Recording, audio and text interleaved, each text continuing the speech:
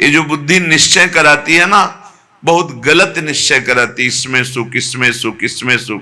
धिक्कार है। भगवान की कृपा से दिव्य मानव देह प्राप्त करके दिव्य आध्यात्मिक सुख प्राप्त करने की लालसा रखनी चाहिए, ना कि भोग दृष्टि से देखना चाहिए।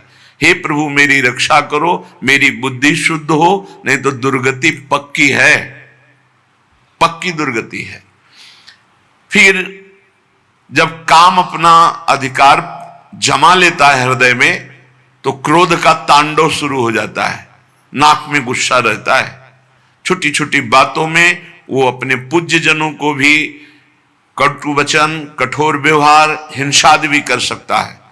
जैसे बड़ा भ्राता पिता के तुल्य होता है, पिता माता ये भगवान के तुल्य होते हैं, पर क्रोधी पुरुष इन पर भी हाथ उठा देगा, इनको भी अपमानित कर देगा। हो सकता है क्रोध ज्यादा बढ़ जाए तो हिंसा भी कर सकता है। ये राक्षसी बुद्धि के लक्षण हैं, जो माताओं बहनों में काम भाव देखना और क्रोध करना। ये क्रोध बहुत बड़ा अनिष्टकारी, कभी किसी का क्रोध से मंगल नहीं हुआ, कभी किसी का मंगल नहीं हुआ। क्रोध को क्षमा के द्वारा नष्ट करना चाहिए। नाम जप से ऐसा धैर्य धारण करना चाहिए, जो आपके प्रति अपमान की क्रिया, प्रतिकूल क्रिया, तिरस्कार क्रिया, अहित क्रिया करे, उसको भी क्षमा कर दो। क्षमी अद्वेष्टा सर्वभूतानां मैत्रा करुण एवच निर्ममो निरहंकारां सम दुखा सुखा क्षमी। क्षमी क्षमावान, क्षमावान बलवान होता है, क्रोधी बलवान नहीं होता, वो कमजोर होता है। क्षमावान बलवान होता है। क्षमा के द्वारा क्रोध का नाश करो। प्रिया प्रीतम के स्मरण से, उनके चरणारविंद के चिंतन से, उनकी लीला गायन से अपने बुद्धि को इतना परिपक्व करो कि अगर गृहस्थ हो तो अपनी पत्नी के सिवा सर्वत्र जननी भाव हो, पूज्य भाव हो। प्रियाजू की सब सखियां हैं या स्वयं जगत अम्बा इन रूपों में विराजमान हैं, ऐसा पवित्र भाव करो। जैसे हम अपने घर में जवान बहन, जवान बेटी, जवान परिकर के साथ रहते हुए कभी दोष बुद्धि नहीं होती, कभी ये भाव ही नहीं आता ये स्त्री है, मेरी बहन, मेरी बेटी। ऐसे ही चराचर जगत का भाव बन जाए तो हमारी बुद्धि शुद्ध हो जाए। असूया, क्रोधासूया। असूया दूसरों के गुणों में दोष देखना, किसी भी व्यक्ति का छिद्रावेषण करना, इसमें क्या दोष है, ये देखने का अधिकार केवल गुरु को है या पूज्य जनों को है, वो भी अपने निज शरणागतों के, अन्य के नहीं। और वो भी उसे निर्दोष करने के लिए, निंदा या अपमानित अवहेलना करने के लिए नहीं। दूसरों के गुणों में दोष देखना ये सबसे बड़ी हानिकारक वृत्तियां हैं। ये जो वर्णन की जा रही है, माता बहनों में काम भाव और क्रोध भाव और दूसरों के गुणों में दोष देखना और मद, किसी भी प्राकृतिक वस्तु को लेकर के जो अहम वृत्ति प्रकट होती है उसे मद कहते हैं। ये मद नष्ट करने वाला होता है। जब मद होता है तो उसे कुछ सुहाई नहीं देता है, क्या करना चाहिए क्या नहीं करना चाहिए ऐसा अहंकारी पुरुष निर्णय नहीं कर सकता, वो तो पवित्र बुद्धि वाला निर्णय करता है। इसलिए अहंकार सर्वथा त्याज्य है, क्योंकि ये समस्त संस्कृति का मूल और दुख ही इससे प्राप्त होता है। जैसे क्रोध से हानि ही होती है, दूसरों के दोष देखने से अपने पुण्य ही नष्ट होते हैं, ऐसे अहंकार करने से नाश ही होता है, पतन ही होता है। और पिशुनता, दूसरे की चुगली करना, ये भगवत मार्ग में बहुत हानिकारक बात है। ये सुना ऐसा ऐसा ऐसा, और बड़े खुशी हो रहे हैं दूसरे की न्यूनता का वर्णन करके, दोषों का वर्णन करके चुगली वर्णन करना। पिशुनता, दूसरे की बात किसी दूसरे से करना। और दंभ, जो तुम्हारे जीवन में है नहीं उसे दिखावा मत करो। जो हृदय में है, जो वाणी में है, वही आचरण में होना चाहिए। अगर तीनों का मिलान नहीं होता तो उसे दंभ कहते हैं। वाणी से कुछ और, हृदय में कुछ और, आचरण में कुछ और, उसे दंभी पुरुष कहते हैं। जिसका वचन एक, मन एक, आचरण एक, उसे संत कहते हैं, उसे भगवत भाव वाला महाभागवत कहते हैं। लोभा अनृताद्य, लोभ, धन का लोभ, नाना प्रकार के विषयों का लोभ, ये अगर मिटाना है तो नाम जप करना होगा। नाम जपने का जितना लोभ बढ़ाओगे तो ये और सब लोभ हट जाएंगे। लोभ पास जेहि गल न बंधाया, सो नर तुम समान रघुराया। और अनर्थ है झूठ बोलना। झूठ बोलना बहुत सहज होता जा रहा है, इसीलिए भजन में बड़ी हानि, बड़ा निषिद्ध है झूठ बोलना। शास्त्र में बहुत इसे रोका गया है। आज तो झूठे ही लेना, झूठे ही देना, झूठे ही भोजन, झूठ चवेना, हर बात में झूठ बोल रहे लोग। झूठ को पाप ही नहीं समझ रहे, वाणी को शासन में नहीं ले रहे कि मुझे सत्य बोलना है। बस झूठ पे झूठ, जितना नाटक बोला जा सके, यहां तक कि अपने गुरुजनों से भी झूठ। अब इससे ज्यादा क्या होगा? संसार में एक जगह ऐसी है जहां झूठ वैसे तो कहीं नहीं बोलना चाहिए, पर किसी भी कारण से गुरुदेव से तो बोलना ही नहीं चाहिए।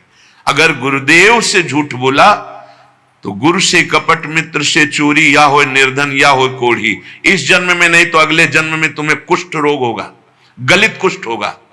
गुरुदेव से अनृत बोलना, कपट करना, छल छुपाव करना, चलो इस जन्म में नहीं तो कल्याण तो नहीं होगा, मोक्ष को तो प्राप्त होगे ही नहीं, अगला जन्म जरूर कुष्ठी बनोगे, या फिर ऐसी दरिद्रता को प्राप्त होगे कि जो जीवन भर महान कष्ट देता रहे।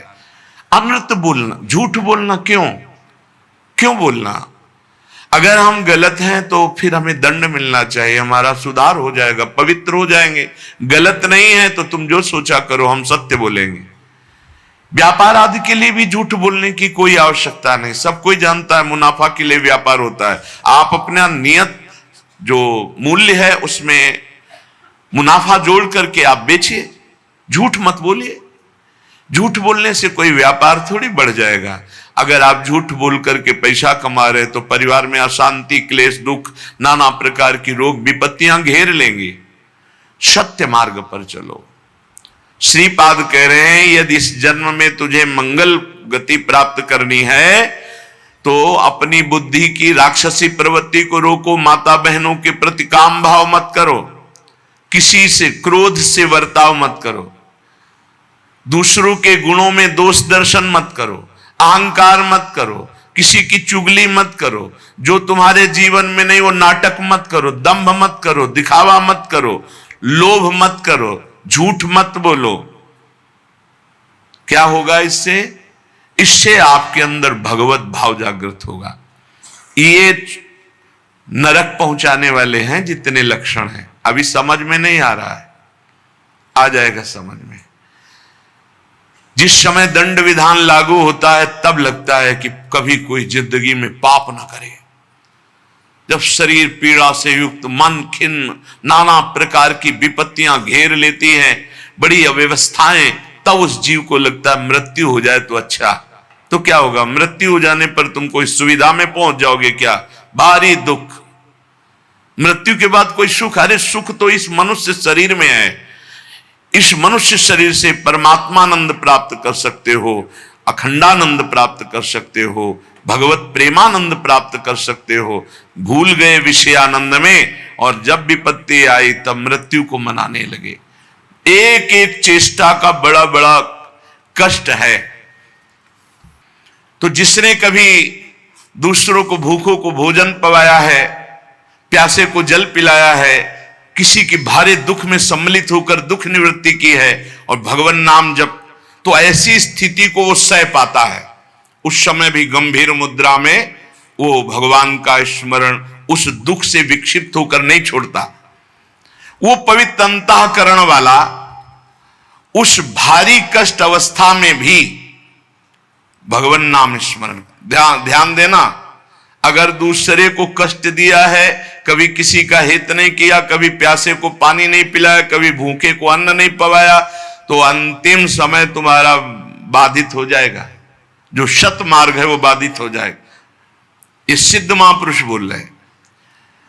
जो पुरुष कभी झूठ नहीं बोला, जो कभी किसी से झगड़ा नहीं करवाया, किसी किन्हीं का स्वभाव होता है दो मित्रों के बीच में झगड़ा करा देना, पति पत्नी के बीच में झगड़ा करा देना, ऐसा। जो आस्तिक स्वभाव वाला और श्रद्धालु है, उस समय भारी दुख की अवस्था में सुख का उदय होता है उसके हृदय में। ध्यान दीजिए, कहा है कई बार सत्संग में कि जो भगवत मार्ग का पथिक है उसकी जब मृत्यु होती है तो जन्मत मृत दुषा दुख हो, ये नहीं होता। जैसे विशाल हाथी के गले से फूलों की माला टूट जाए, उसे पता भी न चले। तो कह रहे हैं उस समय उसके हृदय में एक अद्भुत सुख प्रकट होता है और वो सुख पूर्वक शरीर छोड़ता है, सुख पूर्वक मृत्यु को प्राप्त होता है, सुख पूर्वक मरना, आनंद पूर्वक। जैसे स्वप्न में इस शरीर का भान नहीं रहता, सैया में पड़ा है, ऐसे स्वप्नवत शरीर छूटा और वो जो देवता की, जिस इष्ट की आराधना की, वो वहीं प्राप्त हो जाता है जाकर। पर यह साधारण नहीं है सुखपूर्वक मृत्यु होना। जो सदैव अपने गुरु की आराधना में संलग्न रहा है, कभी किसी वैष्णव की निंदा नहीं की है, सात्विक भोजन पाया है। हम आपको सच्ची कहते हैं, जो शास्त्रों में मना किया गया है उसके अनुभव के चक्कर में मत पड़ना। ऋषियों ने अनुभव करके बताया, मत खाना।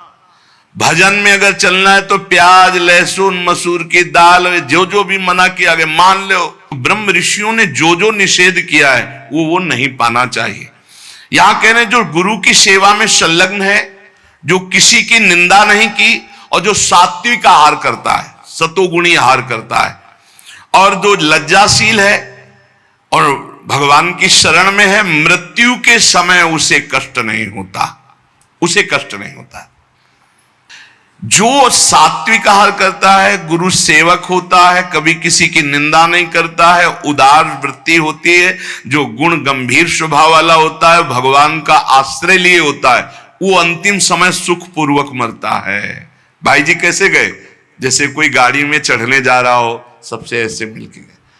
अगर मन वचन शरीर से कभी किसी को कुछ भी दुख पहुंचा हो तो आज मैं राधा माधव के पास जा रहा हूं, मुझे क्षमा कर देना। भाई जी महाराज बड़ा करुण क्रंदन, निज जन सब एकदम आर्त भाव, भाई जी सबसे ऐसे हाथ जोड़ते हुए, ये मृत्यु है। और इधर पूज्य पंडित गया प्रसाद जी ने देखा पालकी में नवीन सखियां और एक नई किशोरी बैठी हुई, देखा रहे तो भाई जी महाराज जा रहे हैं वृंदावन। गिरिराज जी की तलहटी में देखा कि भाई जी महाराज आ रहे हैं वृंदावन। तो हे पिताश्री, जो मनुष्य कामना से युक्त होकर के, क्रोध से युक्त होकर, द्वेष से युक्त होकर अपने धर्म का त्याग कर देता है, शास्त्र की, गुरु की आज्ञा का पालन नहीं करता है, वो मृत्यु के समय भयानक दुख को प्राप्त होता है। उस समय सब चतुराई विस्मृत हो जाती है। अब उस समय क्या आएगा चिंतन में, वही बनना पड़ेगा जो आ जाएगा। जिन्होंने मृत्यु काल उपस्थित होने पर भगवद आश्रय लिया है, उनको जलन नहीं होती। जिन्होंने जीवन में किसी की भी मृत्यु का अवसर समय, तभी कहते हैं ये लाभ एक बार जरूर सब ले। आसपास कोई पशु पक्षी मनुष्य मरणासन में हो, उसके पास जाके नाम सुना दो, चरणामृत पिला दो, वृंदावन की रज लगा दो। अपने लोगों के पास ये होना चाहिए। एक बार हमने कहा था कि एक छोटी सी बैग सबके पास कपड़े की होनी चाहिए, जिसमें चरणामृत, रज, जपमाला, चतुराशी जी, सेवकवाणी, सुधा निधि, ये हमारे सामग्री हमारे पास है। कभी भी प्राण निकले तो है। अगर कभी किसी दूसरे को ऐसा अवसर कि प्राण निकल, तो आप थोड़ी रज लगा दिया मस्तक में, चाहे पशु ही क्यों न हो, उसके मुख में एक कण रज का डाल दिया, चरणामृत डाल दिया, नाम सुना दिया, राधा राधा राधा राधा। अब ये वो बीज बो गया जो आपके अंतिम समय काम आएगा। जब आपका अंतिम समय होगा तो भगवान किसी को भेजेंगे या स्वयं आएंगे और आपके मंगल का संविधान रच देंगे। जीवन में एक बार तो कर लो, आसपास कहीं पड़ोस में कहीं कोई ऐसा दिखाई दे अवसर। आजकल तो लोग इतने बेपरवाह हैं कि सामने कोई तड़प रहा है, एक्सीडेंट हो गया है, तो वीडियो जरूर बना लेंगे, खिड़की खोल के गाड़ी बढ़ा के निकल, कौन झंझट में फंसे। तो तुम जब फंसोगे तो तुम भी ऐसे तड़पोगे। ऐसा नहीं, प्राप्त सेवा का तिरस्कार करने वाले को दंड मिलता है, प्राप्त सेवा तुमने देखा इसको जरूरत है मेरी इस समय, भूल जाओ सारे कार्यों को और अपने स्वार्थ को कि तुम्हारे साथ व्यवहार क्या होगा। उसको तत्काल गोद में उठाओ, गाड़ी में बैठो, अस्पताल ले जाओ, जो होगा बाद में देखा जाएगा। पहले प्राप्त सेवा का पालन करो, प्राप्त सेवा का त्याग नहीं करना चाहिए।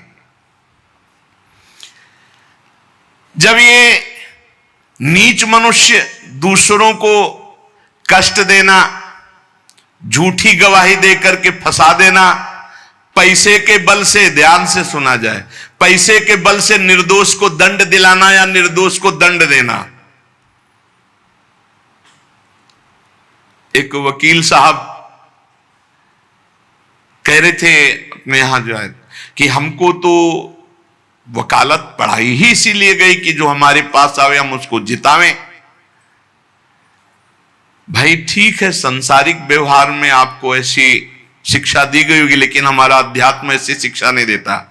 अध्यात्म शिक्षा देता है कि तुम अपनी वकालत का प्रयोग दूसरों की रक्षा करने के लिए करो, और जो जुर्म करने वाले लोग हैं उनको दंड देना मानो उनको पवित्र करना है। अगर आप जानते हैं ये जुर्म से युक्त है, दोष से युक्त है, और पैसे के बल से उसको निर्दोष साबित कर देते हैं, तो वो और आप दोनों दंड के भागी बनेंगे, परिणाम में आपको दुख भोगना पड़ेगा। अगर उसे दंड मिल जाता है तो वो पवित्र हो जाता है, आप बच जाते हैं। आपकी वकालत होनी चाहिए दूसरों को बचाने के लिए, जो निर्दोष हैं, और जो दोषी हैं उनको दंड देना ये वकालत का आपका फल होगा। क्योंकि आप अच्छे वकालत करने वाले हैं तो निर्दोष को बचाइए, और दोषी को सजा मिले तो दोषी भी पवित्र होगा और आप भी पवित्र हो जाएंगे।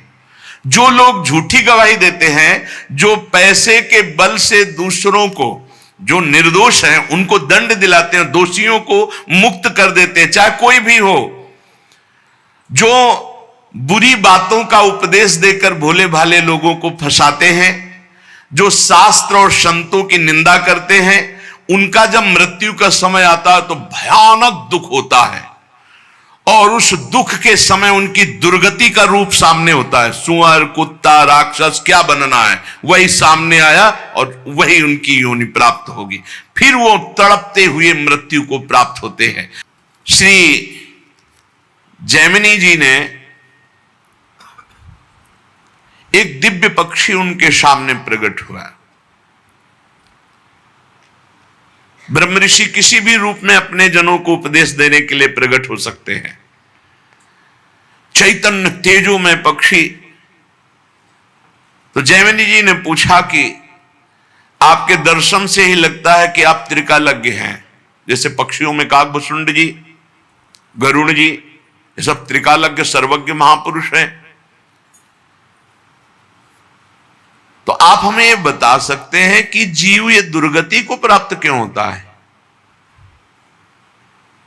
चैतन्य घन परमात्मा का अंश अपने को आनंद की खोज के लिए भोगों में फंसा रहा है, ऐसा क्यों होता है? तो उस दिव्य पक्षी ने कहा, महर्षि, मैं आपके मन के संशय को देखकर ही पक्षी रूप धारण करके आया हूं। पूर्व काल में एक परम बुद्धिमान भृगुवंशी ब्रह्म ऋषि थे। उनके सुमति नाम का एक बहुत ही तेजस्वी पुत्र हुआ। जब वो बड़ा होने लगा तो वो शांत और जड़वत पागल, कुछ नहीं बोलना, एक शब्द नहीं बोलना। जब उपनयन संस्कार यज्ञोपवीत हुआ, ब्रह्म ऋषियों में होता है, तो पिता ने कहा, सुमते, आज तक मैंने तुमसे कुछ नहीं कहा, लेकिन अब तुमको गायत्री अध्ययन, मंत्र अनुष्ठान, वेदाध्ययन ये सब करना होगा। भिक्षान्न से शरीर पोषण करो, गुरुकुल में वास करो, वेदों का अध्ययन करो, गायत्री अनुष्ठान करो,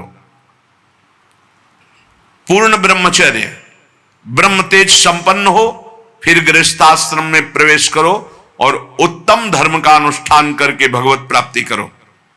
मनुष्य जीवन का यही लक्ष्य है।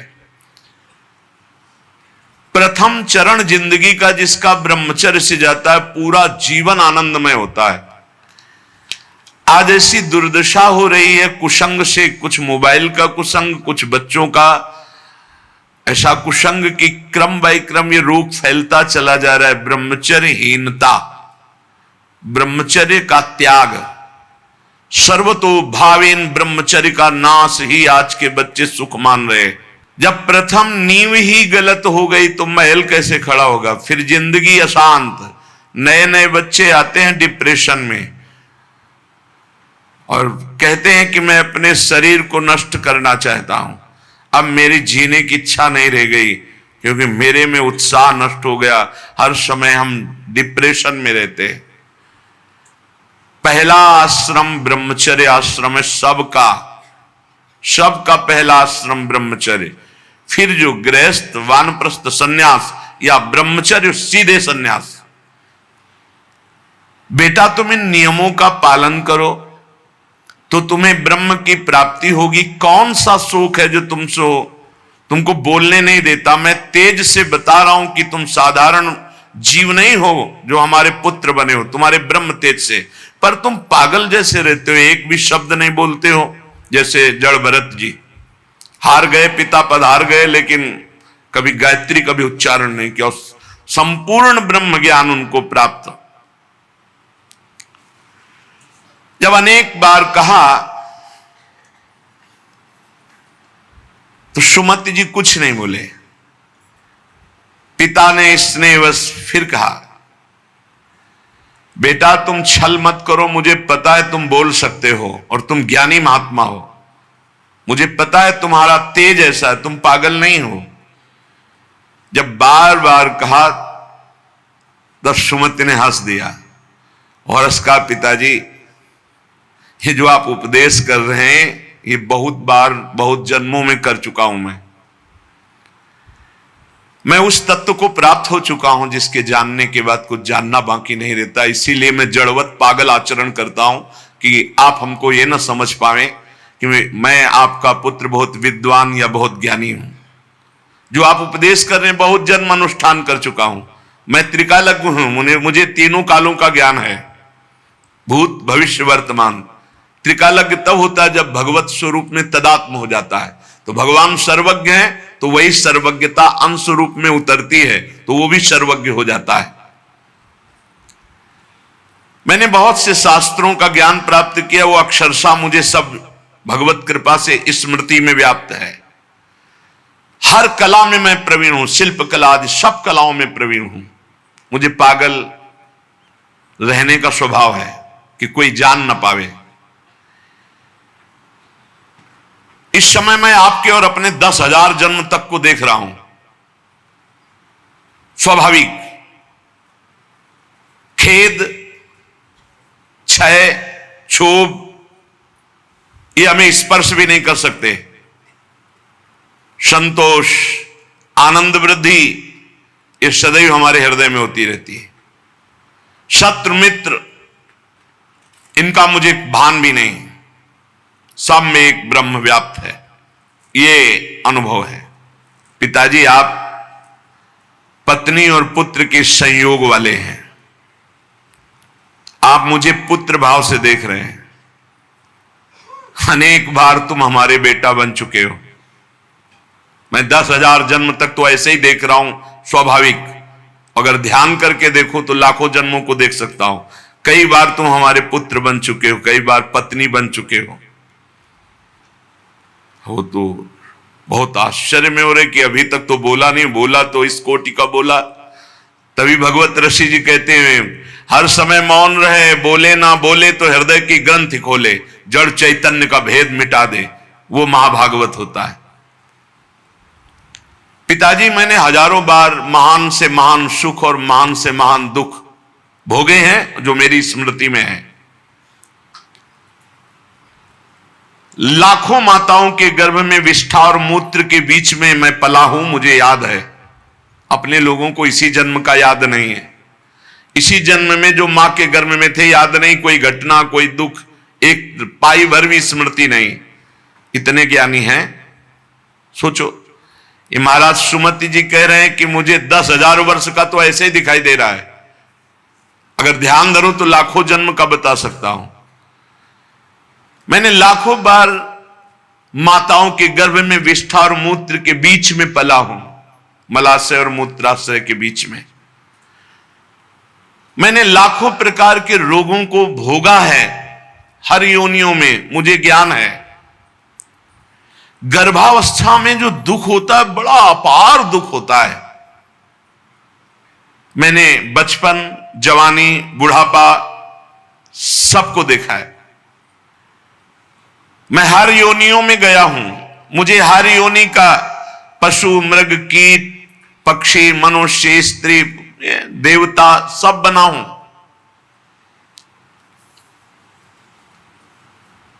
मैंने हर सुख को देखा है, स्वामी का सुख, भृत्य का, दास का, इंद्र का, दरिद्रता का। मैं कई बार स्त्री भी बनाऊं, कई बार पुरुष भी बनाऊं, मैंने सब सुख देखा है। आप जो पूछ रहे कि तुम जड़वत क्यों रहते हो, मौन क्यों रहते हो, मैंने सब देखा है।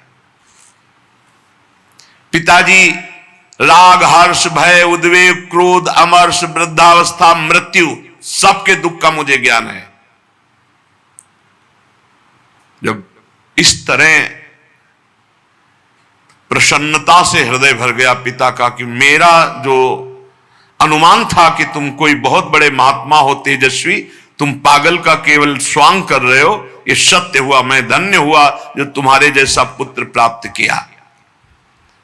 उन्होंने विस्मय से गदगद वाणी में कहा, बेटा ये ज्ञान तुमको कहां से प्राप्त हुआ?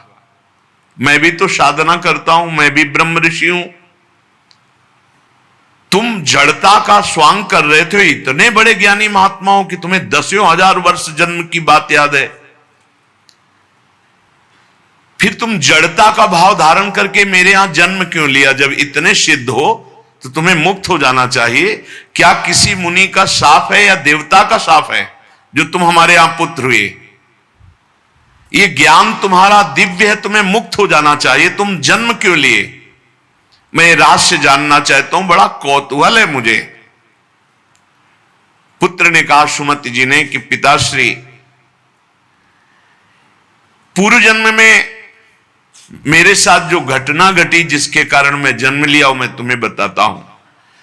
पूर्व काल में मैं निरंतर परमात्मा का ध्यान करने वाला महात्मा था,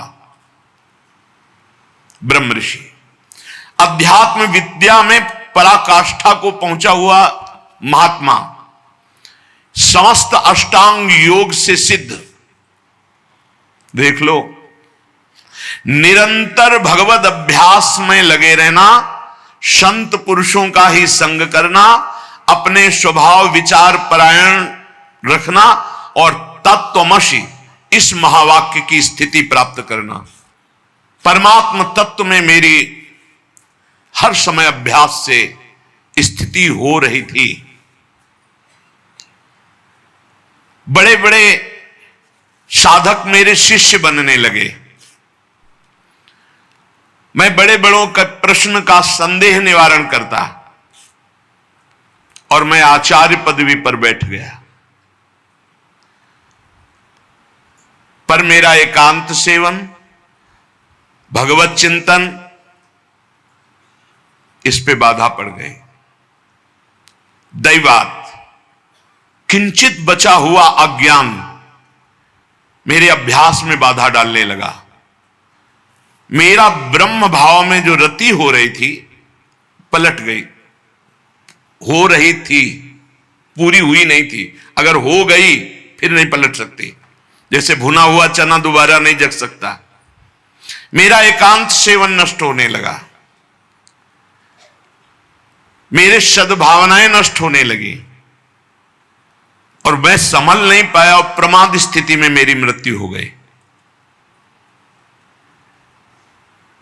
पर मैं सत्यमय जीवन व्यतीत किया था, उसके प्रभाव से मुझे पुनः ब्रह्म ऋषि कुल में ही जन्म हुआ और मैं पुनः ही ब्रह्म ऋषि। अब मैं किसी को उपदेश नहीं करूंगा, इसीलिए मौन रहता हूं पागल जैसा। ना चेला बनाऊंगा ना किसी को उपदेश करूंगा।